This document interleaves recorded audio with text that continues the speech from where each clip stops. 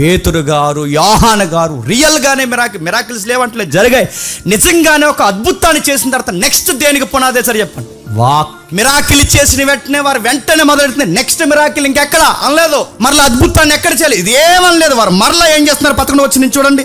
11 వచ్చిన నుండి పేతురు యోహానులు నిలబడి పట్టుకొని ఉండగా ప్రజలందరూ ఆ మిరాకిల్ చూసి విస్మయం అందుతున్నప్పుడు, మా చేతుల్లో శక్తి ఉందని, మా మిరాకిల్ సెంటర్ మాదే గొప్పదని, మా దగ్గరకు వచ్చిన వారు ఏ వ్యాధి అయినా సరే మఠుమాయమైపోద్దని, మెడికల్లో కూడా తేలని రోగాలు మా దగ్గర తేలిపోతాయని, హెచ్ఐవి కేసులు తగ్గిపోతాయని, ఇంకా చెప్పండి నాకు గుర్తురాట్లేదు, షుగర్లో, బీపీలు, అల్సర్లు, నడువు నొప్పులు, కాలు నొప్పులు, కీలసలుపులు, పిప్పలు బాధ, అరికాల మంటలు ఏవైతే ఉన్నావో మా దగ్గరికి రండి, అన్ని తగ్గిపోతే ఇదిగో నజరేయుడైన యేసు నామమున మీ కళ్ళ ముందు అద్భుతం చేసావు, ఇకపై కూడా మేము చేస్తాం, రోగుల్లారా రండి, స్వస్థత పొందండి, వెళ్ళండి.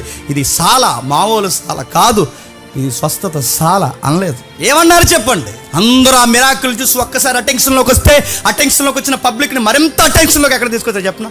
వాక్యం, వాక్యం, వాక్యం, వాక్యం. ఇది బైబిల్ ప్యాటర్న్ గుర్తుపెట్టుకోండి. ఇప్పుడు